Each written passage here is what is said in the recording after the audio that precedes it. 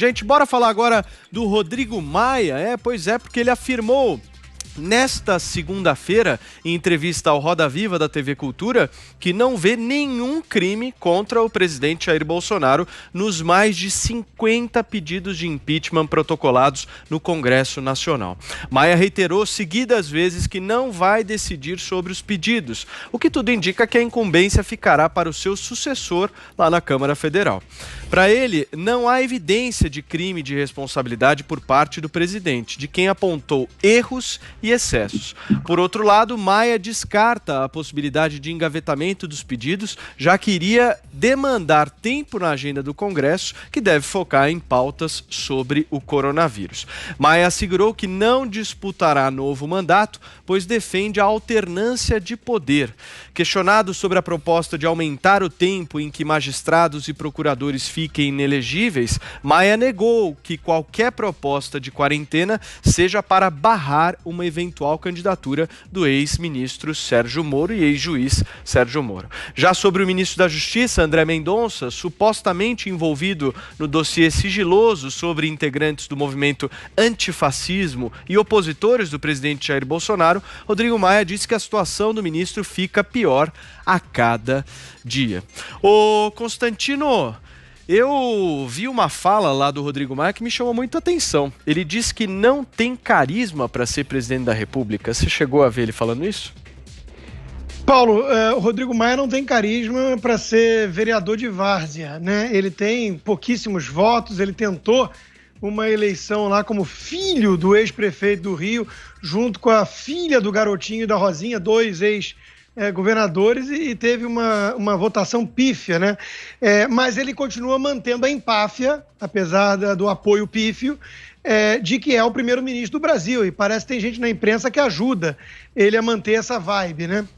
Então ele dá pitaco sobre tudo, ele critica os outros, ele fala com essa pose de primeiro-ministro, como se o Brasil fosse parlamentarista, né?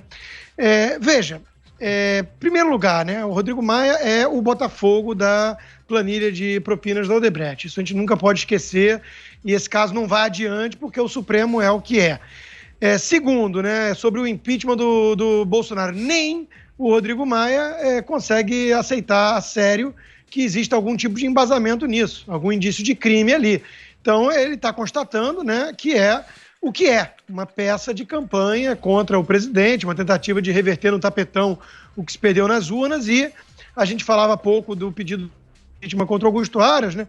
Na verdade, tem muita gente banalizando a ideia, o conceito de impeachment. Eu não gosto da gestão, faz impeachment. E não é bem assim que funciona, né? A gente tem um certo trauma institucional para seguir por esse caminho. Com a Dilma Rousseff tinha crime, tinha pedalada e tinha um país indo para o buraco e uma democracia perigando virar a Venezuela, né? Então ali foi uma questão de sobrevivência da nação. Mas não podemos banalizar dessa forma o impeachment como alguns têm feito.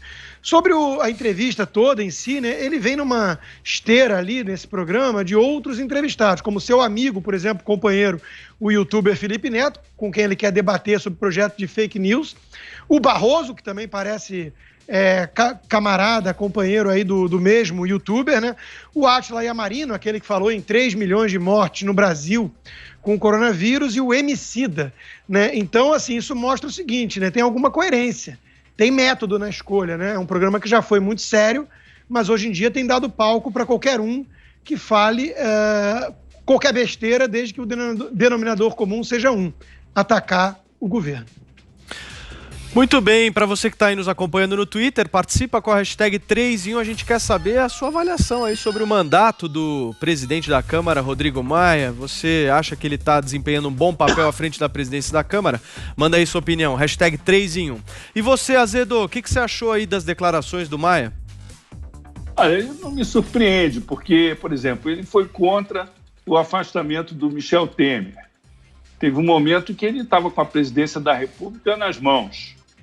Havia uma maioria para afastar o Temer, depois daquela denúncia do Janot, da JBS. E ele, entretanto, não permitiu que isso acontecesse. E agora, nas articulações para o impeachment do Bolsonaro, quando ele estava naquele estresse com o Supremo, com o Congresso, o Rodrigo Maia também trabalhou para baixar a fogueira. Ele atuou como um bombeiro, ele é contra o impeachment, ele acha que tem que conduzir esse processo até 2022, sempre deixou isso muito claro. Todos os aliados dele sabem disso, dessa posição dele. Eu não acho ele um político desqualificado, pelo contrário, ele é um político muito hábil, com agenda para o país, ele tem uma agenda para o país, não é um político sem conteúdo. Foi um esteio para a aprovação da reforma da Previdência, teve um papel mais importante do que o do Bolsonaro, que só defendeu interesses corporativos, e está terminando o mandato e deixou claro que ele não vai querer se reeleger. O Alcolumbre está tentando se reeleger lá no Senado. Isso foi uma notícia importante, porque isso, de certa maneira, acelera o processo de construção da sucessão dele na Câmara, né? E essa questão do impeachment, o impeachment é um julgamento político. O crime de responsabilidade é uma coisa assim, muito ampla. Assim como ele diz que não há motivo, é fácil encontrar motivo para enquadrar um presidente da República em crime de responsabilidade. A dificuldade está em formar uma maioria robusta o suficiente para aprovar o impeachment. E ele sabe que essa maioria não existiu, nunca existiu, e agora que o Bolsonaro rearticulou a base dele na Câmara, isso fica absolutamente inviável. Na verdade, é uma bandeira de oposição para fazer agitação junto aos formadores de opinião e tal. Não existe a correlação de forças favorável ao impeachment, nem no Congresso, nem na sociedade. Então, a postura dele eu considero natural. Muito bem, Azedo. E olha, Thaís Oyama, dá uma olhada no que o Isaías Magalhães escreveu. O que o Maia não encontra é apoio popular para o impeachment. Se tivesse, ele já teria colocado. Você concorda, Thaís? O que você acha? Eu concordo com a avaliação do nosso ouvinte, concordo também com a avaliação do próprio Maia. Ele não tem carisma nenhum. Isso não quer dizer que ele não tenha vontade de ser presidente, mas carisma ele não tem mesmo. Concordo integralmente com essa avaliação. Aliás, nem carisma, nem outras coisas, né, Paulo, necessárias para ser presidente. Você pode imaginar o Rodrigo Maia montado num jumento lá e vestindo chapéu de couro e abraçando o povo? Eu não consigo imaginar essa cena. Mas, olha, diga-se em favor do Rodrigo Maia que ele nunca disse nada de diferente em relação ao impeachment do presidente Bolsonaro. Ele sempre disse que a gente já estava vivendo uma crise sanitária, que não era hora de nem pensar em abrir, em cima disso, uma outra crise política. Então, ele repetiu o que ele vem dizendo desde o início desse governo. Mas também não sejamos ingênuos, né? Porque do ponto de vista pessoal e político, o Rodrigo Maia sabe que ele ganha mais segurando esses 50 pedidos de impeachment contra o presidente do que encaminhando ou decidindo sobre eles. Porque, ao não decidir, ele retém nas mãos dele o poder de decidir sobre o destino do presidente da República. Então, o Maia e o presidente da República têm muitas diferenças, vamos lembrar isso, mas eles também têm uma coisa em comum, pelo menos uma coisa em comum, né, que é o interesse em esvaziar a Lava Jato e o símbolo principal da Lava Jato, que é o ex-ministro Sérgio Moro. Vamos lembrar que o presidente da Câmara, ele é investigado no âmbito da Operação Lava Jato. Ele é acusado de receber dinheiro ilegal de duas empreiteiras, a OAS e a Odebrecht. Nas famosas planilhas do Departamento de Propinas da Odebrecht, ele seria o tal do Botafogo, né? O codinome Botafogo diria respeito ao presidente da Câmara, Rodrigo Maia, segundo afirmaram delatores. E como muitos dos políticos que estão nessa situação, o presidente da Câmara, o Rodrigo Maia, ele tem a esperança de que o Procurador-Geral da República, Augusto Aras, a quem inclusive ele elogiou no programa, no Roda Viva, ele tem a esperança de que Augusto Aras encontre ilegalidades nesses inquéritos e acabe por anular esses inquéritos.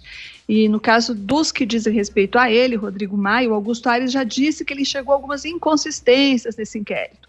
Então está na mão do Augusto Aras fazer o presidente da Câmara, Rodrigo Maia, réu na justiça ou arquivar o inquérito que pesa contra ele. Não é pouca coisa, né? E o Augusto Aras, como a gente sabe, como a gente já disse aqui agora há pouco, é muito próximo do presidente da República, Jair Bolsonaro.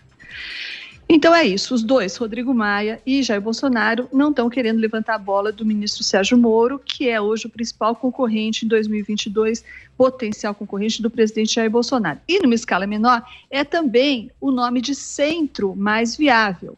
E o centro é o campo que o presidente da Câmara ocuparia se ele levar adiante esse projeto que ele diz que não tem, de ser candidato também, né? Então, para concluir, nesse momento, não é do interesse nem do Rodrigo Maia provocar e nem contrariar o presidente Jair Bolsonaro, ele só teria a perder com isso. Muito bem, vejo aqui o nosso Rodrigo Constantino pedindo a palavra. Porque também eu acabei não falando da questão da crítica que ele fez ao ministro da Justiça, né? E a ministra Carmen Lúcia, do Supremo Tribunal Federal, deu 48 horas para que ele se explicasse em relação ao tal relatório aí, né?